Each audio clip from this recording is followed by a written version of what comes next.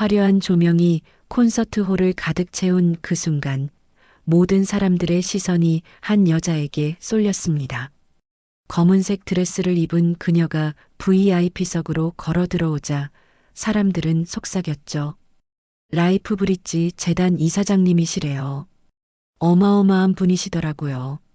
그런데 객석 맨 뒤 구석진 자리에 앉아있던 한 남자의 얼굴이 새하얗게 질렸습니다. 손에 들고 있던 꽃다발이 바닥으로 떨어졌죠. 그 남자는 입술을 떨며 중얼거렸습니다. 서연아, 당신이야?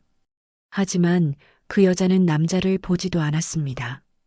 우아하게 미소 지으며 사람들과 악수를 나눴죠. 마치 완벽한 다른 사람처럼요. 남자는 그녀가 10년 전 세상을 떠났다고 믿었습니다.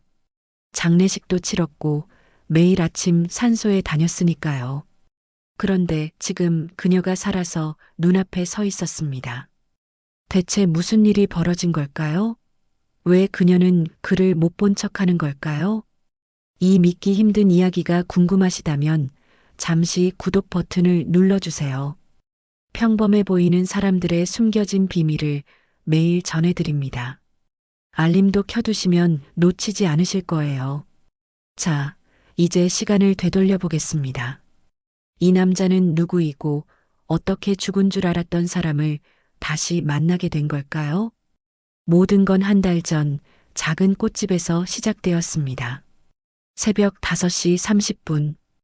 알람이 울리기도 전에 강민주는 눈을 떴습니다. 10년째 같은 시간이었죠. 조용히 옷을 입고 현관문을 나섰습니다. 어두운 거리를 지나 언덕 위 공원묘지로 향했어요. 묘비 앞에 무릎을 꿇고 흰 국화를 놓으며 작게 말을 걸었죠. 여보, 은채가 이번 주말에 큰 공연을 해요. 약혼도 발표한대요. 대답은 없었습니다. 차가운 바람만 볼을 스쳤어요. 당신이 봤으면 얼마나 좋아했을까요? 민준의 목소리가 떨렸습니다. 해가 뜨기 시작했고 민준은 산을 내려왔어요. 오전 8시 골목 어기 작은 꽃집 셔터를 올렸습니다. 간판에는 서연꽃집이라고 적혀 있었죠. 아내 이름으로 지은 가게였습니다. 단골 손님들이 하나둘 들어왔어요. 사장님, 오늘도 일찍 여셨네요. 민주는 말수가 적었습니다. 사람들은 그가 무뚝뚝하다고 생각했지만 사실은 대화가 서툴러졌을 뿐이었어요. 꽃을 다듬는 동안 휴대폰이 울렸습니다. 아빠, 나 은채야. 오늘 저녁 시간 돼? 민준의 얼굴에 처음으로 미소가 번졌습니다. 그럼 언제든지 리허설 끝나고 들를게요. 같이 저녁 먹어요. 전화를 끊고도 민주는 한참 휴대폰을 바라봤습니다. 통화 기록에는 은채 이름만 가득했죠. 딸이 전부였습니다. 오후가 되자 배달이 몰려왔어요. 민주는 오토바이에 꽃을 싣고 거리를 누볐습니다. 결혼식장, 병원, 장례식장을 오갔죠. 마지막 배달을 마치고 돌아오는 길이었습니다. 횡단보도에서 구급차가 지나갔어요. 민주는 무의식적으로 고개를 돌렸습니다. 구급차를 따라 시선이 움직였죠. 괜찮으세요? 신호 바뀌었는데요. 옆 사람의 말에 정신을 차리고 횡단보도를 건넜어요. 저녁 무렵 가게 문을 닫았습니다. 민주는 계산대 서랍을 열었죠. 낡은 사진 한 장이 놓여 있었어요. 젊은 시절 자신과 아내, 그리고 어린 은채가 함께 웃고 있었습니다. 민주는 사진을 만지작거리다 다시 서랍에 넣었어요. 보고 싶다, 여보. 작게 중얼거리고는 불을 껐습니다. 저녁 7시 은채가 가게로 들어왔습니다. 연습복 차림에 피곤한 기색이었어요. 아빠, 오래 기다렸어요? 아니야. 방금 왔어. 뭐 먹고 싶니? 두 사람은 골목 끝 작은 식당으로 향했습니다. 민준의 뒷모습은 평범한 아버지였어요. 누구도 그의 과거를 몰랐죠. 조용히 꽃집 하는 호라비일 뿐이었습니다. 리사이틀 당일 아침이었습니다. 민주는 평소보다 일찍 꽃집 문을 닫았어요. 딸의 가장 큰 날이었으니까요. 집에 돌아와 옷장에서 정장을 꺼냈습니다. 10년 만에 입어보는 옷이었죠. 거울 앞에 선 민주는 낯설어 보였어요. 넥타이를 매는 손이 어색하게 떨렸습니다. 여보, 오늘 은채 약혼 발표래요. 당신이 있었으면 얼마나 좋았을까요? 거울 속 자신에게 말을 걸었습니다. 대답은 없었죠. 오후 5시 민주는 예술의 전당 콘서트홀에 도착했습니다. 입구는 이미 사람들로 붐볐어요. 화려한 옷차림의 하객들이 오가고 있었죠. 민주는 그 중에서 가장 수수한 차림이었습니다. 초대장을 확인하는 직원에게 티켓을 내밀었어요. 아, 신부 아버님이시군요. 이쪽으로 안내해 드리겠습니다. 아니요, 괜찮습니다. 뒤쪽 자리가 편해서요. 민주는 직원의 안내를 정중히 거절했습니다. 홀 안으로 들어가 맨 뒤 구석 자리에 앉았어요. 여기가 편했습니다. 사람들 시선에서 벗어날 수 있었으니까요. 무대 위에는 검은색 그랜드 피아노가 놓여 있었습니다. 조명이 피아노를 비추고 있었죠. 민주는 가슴이 뭉클했어요. 저 무대에 곧 은채가 설 거라는 생각이에요. 이때 홀 입구가 소란스러워졌습니다. 사람들이 웅성거리며 누군가를 쳐다봤어요. 민준도 고개를 돌렸습니다. 검은색 리무진 한 대가 레드카펫 앞에 멈춰섰습니다. 운전기사가 문을 열자 한 여자가 내렸어요.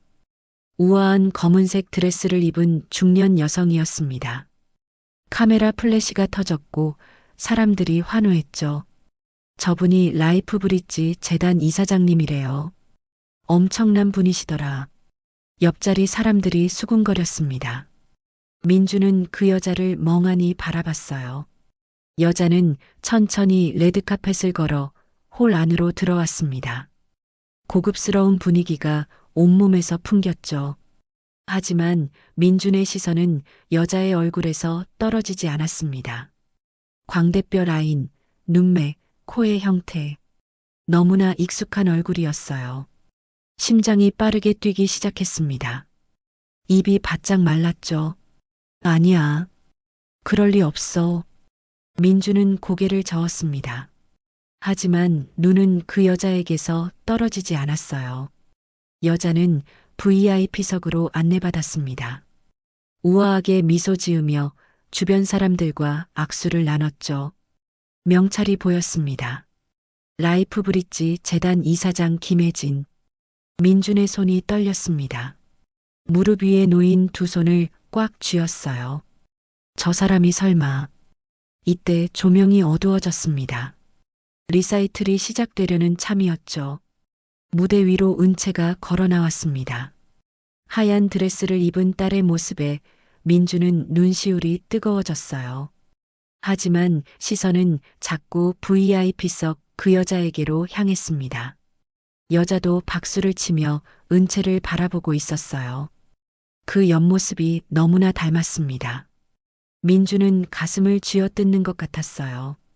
피아노 소리가 울려 퍼지기 시작했습니다. 은채의 연주가 끝나자 우레와 같은 박수가 터졌습니다. 민준도 박수를 쳤어요. 눈가에 눈물이 맺혔죠. 잘했어, 은채야. 무대 위 딸을 바라보며 속으로 말했습니다. 하지만 시선은 계속 VIP석으로 향했어요. 리셉션 파티가 시작되었습니다. 연회장으로 사람들이 이동했어요. 민준도 따라갔습니다. 화려한 샹들리에 아래 원형 테이블들이 놓여 있었죠. 민준은 구석에 서서 은채를 찾았습니다. 딸은 약혼자와 함께 인사 중이었어요. 그때 누군가 은채에게 다가갔습니다. 검은 드레스의 김혜진이었어요. 축하합니다. 정말 아름다운 연주였어요. 혜진이 은채 손을 잡으며 말했습니다. 민주는 숨이 멎었어요. 그 목소리 너무나 익숙했죠. 감사합니다, 이사장님.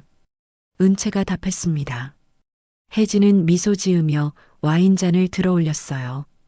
건배하시죠. 그 순간이었습니다. 민준의 눈이 혜진의 오른손에 고정되었어요. 와인잔을 든 손, 약지 안쪽에 작은 흉터가 보였습니다. 반달 모양 화상 흉터였죠. 민준의 온몸이 얼어붙었습니다. 10년 전 그날 밤이 떠올랐어요.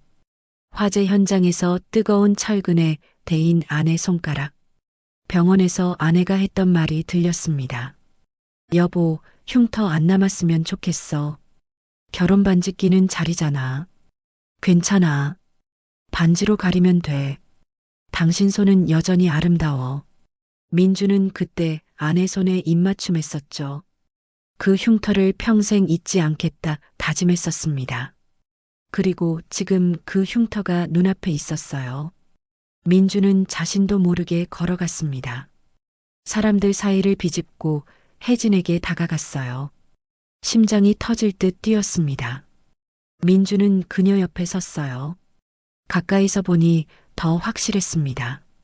얼굴, 귀, 목선까지 모든 게 아내와 똑같았어요. 혜진이 민준의 시선을 느꼈는지 고개를 돌렸습니다. 두 사람의 눈이 마주쳤어요. 민준은 떨리는 목소리로 입을 열었습니다. 저 실례지만. 혜진은 차갑게 미소 지었습니다. 낯선 사람 보듯 그를 바라봤죠. 네, 무슨 일이시죠? 그 눈빛에는 아무런 알아봄도 없었습니다. 민준의 가슴이 무너졌어요. 아, 아닙니다. 죄송합니다. 민준은 황급히 고개 숙이고 물러났어요. 다리가 떨렸습니다. 화장실로 향하며 벽을 짚었어요. 서연아, 당신 맞지? 제발 나 좀 봐줘. 작게 중얼거렸지만 대답은 없었죠. 거울 앞에 선 민준 얼굴은 창백했습니다. 왼팔을 걷어 올렸어요. 큰 화상 흉터가 있었죠. 10년 전 그날 아내를 구하려다 입은 상처였습니다. 아내도 그날 똑같이 다쳤어요. 오른손 약지예요. 이건 우연이 아니야. 분명 서연이야. 민주는 주먹을 꽉 쥐었습니다. 하지만 어떻게 해야 할지 몰랐어요. 저 여자는 자신을 전혀 모르는 것 같았으니까요. 민주는 화장실에서 나와 복도를 걸었습니다. 가슴이 답답했어요. 분명 서연인데 어떻게 해야 할지 몰랐죠. 연회장으로 돌아가려는데 누군가 뒤에서 불렀어요. 강민준 씨. 민주는 돌아봤습니다. 고급 양복 입은 중년 남자가 서 있었죠. 50대 후반 차가운 눈빛이었습니다. 저를 아십니까? 정우성입니다. 라이프 브릿지 재단 고문 변호사죠. 김혜진 이사장님과 함께 일합니다. 민준의 손이 떨렸습니다. 명함을 받으며 정우성을 쳐다봤어요. 무슨 일이십니까?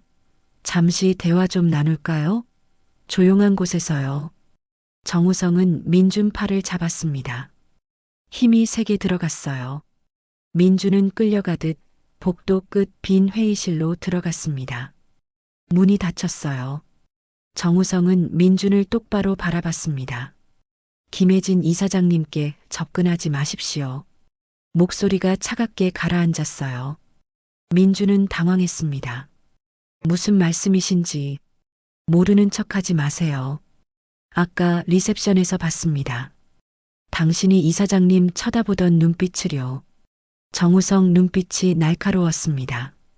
민주는 입술을 깨물었어요. 저 사람이 제 아내입니다. 그렇게 생각하시는군요. 정우성이 비웃듯 말했습니다. 10년 전 죽었다던 아내와 닮았다고요? 민주는 주먹을 꽉 쥐었습니다. 닮은 게 아니라 본인입니다. 흉터도 봤어요. 오른손 약지 화상 흉터요. 제 아내도 똑같은 자리에 똑같은 흉터가 있었습니다. 정우성 표정이 굳어졌어요.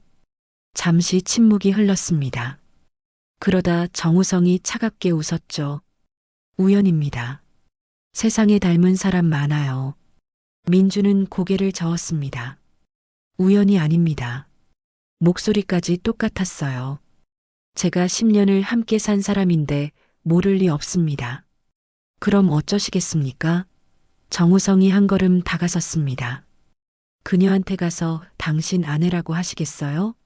당신을 전혀 모르는 사람한테요? 민주는 말문이 막혔습니다. 정우성이 계속 말했어요. 김혜진 이사장님은 10년 전 기억이 없습니다. 당신도 당신 딸도 모릅니다. 그냥 모르는 사람일 뿐이에요. 민준 가슴이 아팠습니다. 왜 기억이 없는 겁니까? 10년 전 무슨 일이 있었던 겁니까? 그건 당신이 알 필요 없습니다. 정우성 목소리가 더 차가워졌어요. 중요한 건 이겁니다. 당신이 이사장님 건드리면 따님이 먼저 망가집니다. 뭐라고요? 민준이 벌떡 다가갔습니다. 정우성 옷깃을 잡았어요. 내 딸이 무슨 상관입니까? 정우성은 민준 손을 차갑게 떼어냈습니다. 피아니스트 강은채 씨, 앞날이 창창하죠. 그런데 스캔들 하나면 끝입니다. 아버지가 재단 이사장 스토킹했다는 소문만 퍼져도요. 민주는 숨이 막혔습니다. 증거도 많습니다. 오늘 당신이 이사장님 쳐다본 것 CCTV에 다 찍혔어요. 정우성이 차갑게 웃었습니다. 선택하세요. 딸의 미래냐, 헛된 집착이냐. 민주는 아무 말도 할 수 없었습니다. 정우성은 문을 열고 나갔어요. 민준 혼자 남았습니다. 다리가 풀려 의자에 주저앉았죠. 은채, 딸 얼굴이 떠올랐습니다. 민주는 회의실에서 나와 연회장으로 돌아갔습니다. 정우성 협박이 머릿속을 맴돌았어요. 딸을 지켜야 한다는 생각뿐이었죠. 연회장에서는 축하 인사가 한창이었습니다. 무대 위로 은채와 박재훈이 올라갔어요. 약혼 발표 순서였습니다. 민주는 뒤쪽에 서서 딸을 바라봤어요. 은채는 하얀 드레스 입고 재훈 옆에 서 있었습니다. 웃고 있었지만 어딘가 어색해 보였어요. 신부 될 강은채, 양과 신랑 될 박재훈 씨, 두 분의 약혼을 축하드립니다. 사회자가 밝게 말했습니다. 박수가 터졌어요. 이제 특별한 순서로 은채 양이 약혼자 위에 쇼팽을 연주하겠습니다. 은채는 무대 중앙 피아노 앞에 앉았습니다. 손을 건반 위에 올렸어요. 하지만 손가락이 미세하게 떨렸습니다. 민주는 그걸 알아챘어요. 피아노 소리가 울려 퍼지기 시작했습니다. 쇼팽 녹턴, 아내가 가장 좋아하던 곡이었죠. 민준 가슴이 뭉클해졌어요. 은채는 엄마 위에 이 곡을 연습했을 겁니다. 연주는 아름다웠습니다. 하지만 중간쯤 왔을 때였어요. 은채 손가락이 멈칫했습니다. 잘못 짚은 건 아니었어요. 그냥 멈춘 겁니다. 사람들이 술렁이기 시작했어요. 은채는 다시 연주를 이어갔습니다. 하지만 손은 계속 떨렸죠. 그때 무대 옆 스크린이 켜졌습니다. 갑자기 문서가 떴어요. 결혼 계약서라고 적혀 있었습니다. 사람들이 웅성거렸어요. 은채도 연주 멈추고 스크린을 봤습니다. 얼굴이 창백해졌어요. 이게 뭐죠? 은채가 떨리는 목소리로 물었습니다. 박재훈이 무대로 올라왔어요. 마이크를 잡았습니다. 여러분, 잠시 양해 부탁드립니다. 오늘 약혼과 함께 특별한 발표가 있습니다. 재훈 목소리는 차분했어요. 하지만 차가웠습니다.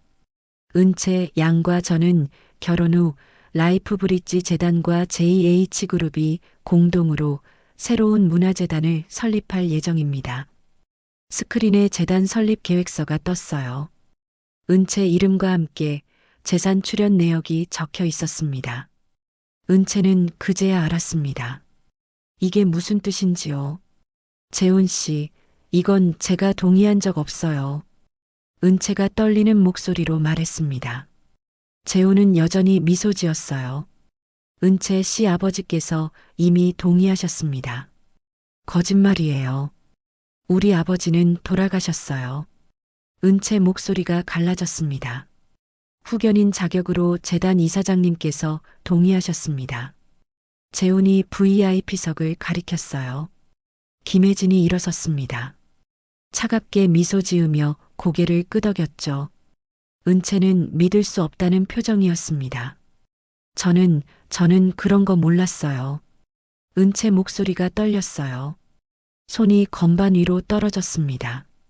쾅, 불협화음이 울렸어요. 은채는 비틀거리며 일어섰습니다. 그리고 그대로 무대 바닥에 쓰러졌어요. 은채야, 민준이 소리쳤습니다. 사람들 사이 뚫고 무대로 달려갔어요. 딸을 안아 올렸습니다. 은채는 의식이 없었어요. 구급차를 불러주세요. 민준이 외쳤습니다.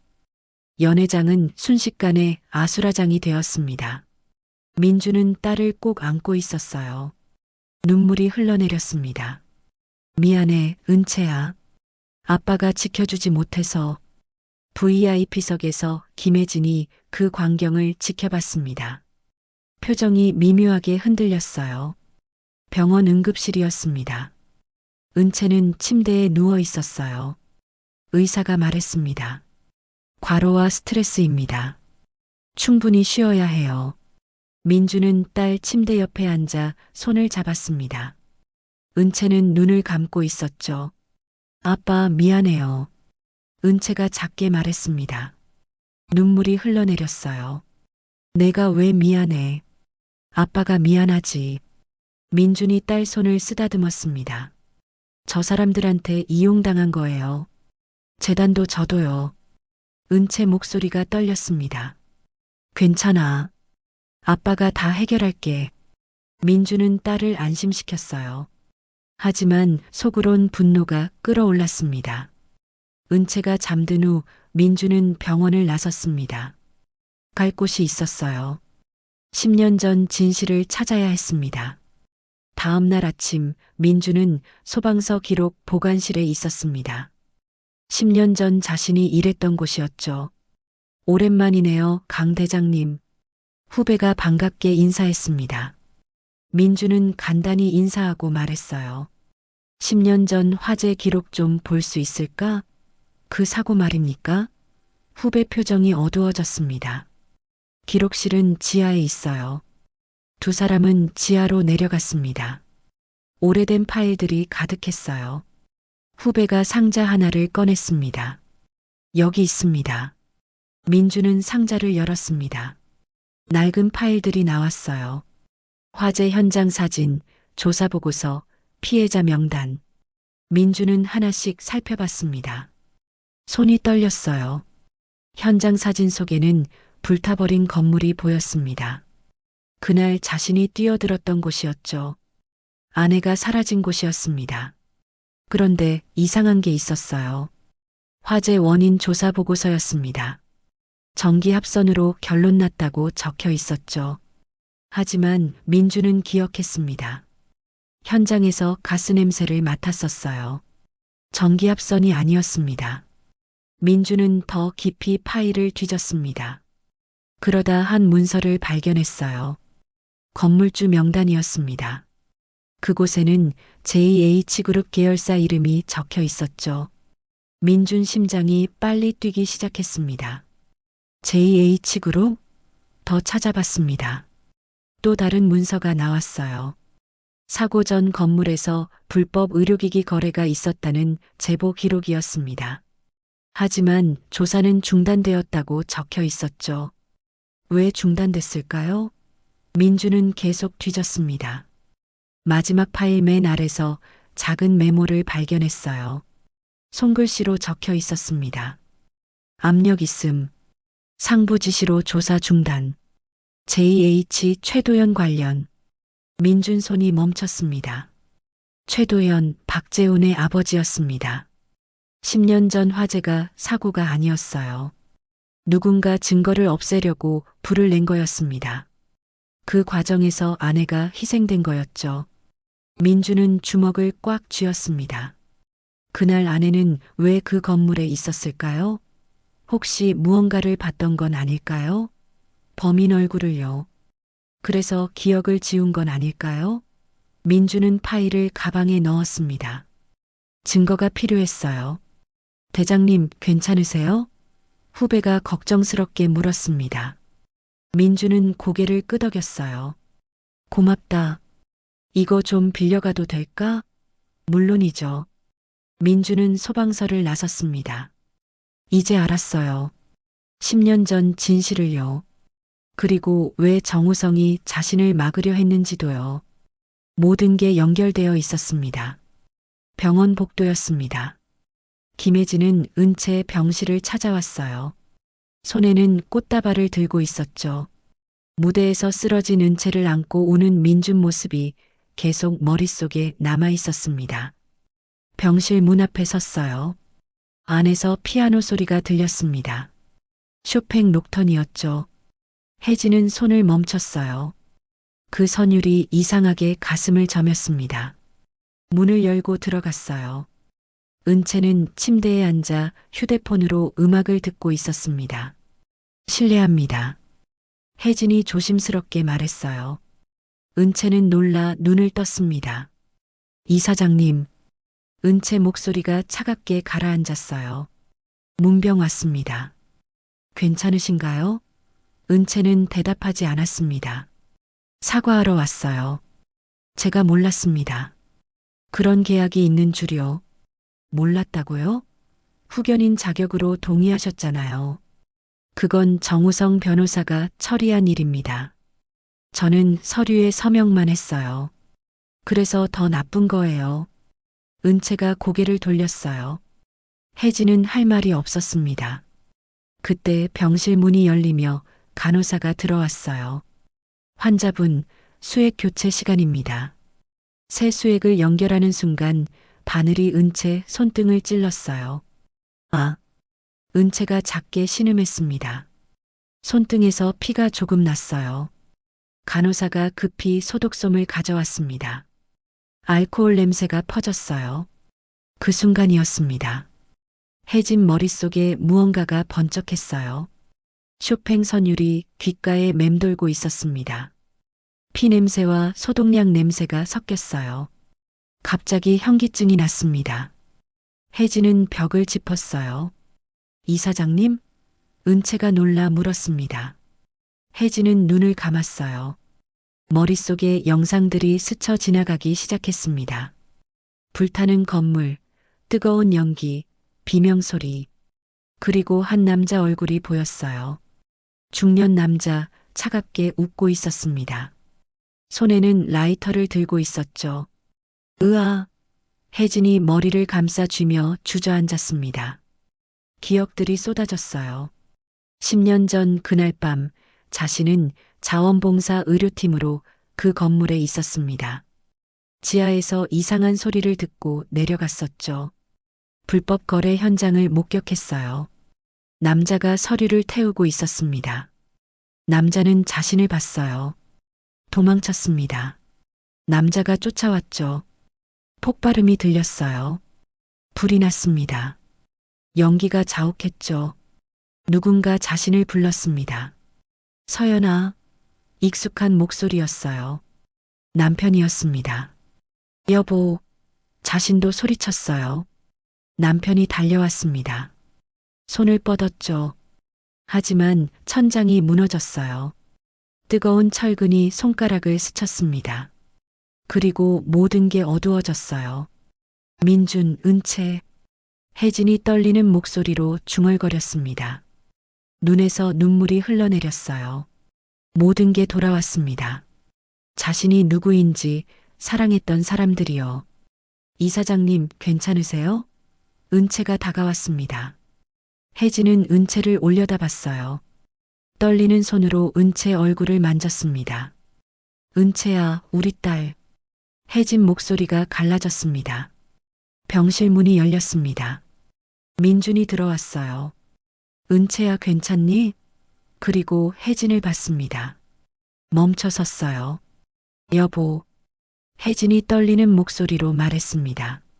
민준 눈에서 눈물이 흘렀어요. 서연아, 기억났어? 혜진은 고개를 끄덕였습니다. 민준이 달려가 혜진을 안았어요. 10년 만이었습니다. 미안해. 아니야. 두 사람은 울었습니다. 은채도 다가왔어요. 엄마, 그래 은채야. 엄마야. 혜진이 딸을 껴안았습니다. 세 사람은 오랫동안 안고 있었어요. 민주는 정신을 차렸습니다. 서연아, 10년 전 그날 뭘 봤어? 남자를 봤어요. 건물 지하에서 서류를 태우고 있었어요. 불법 의료기기 거래 증거였어요. 그 남자가 누구야? 최도연이에요. JH그룹 부회장. 민주는 주먹을 쥐었습니다. 그 사람이 불을 질렀어? 내 증거를 없애려고요. 민주는 가방에서 서류를 꺼냈어요. 나도 증거를 찾았어.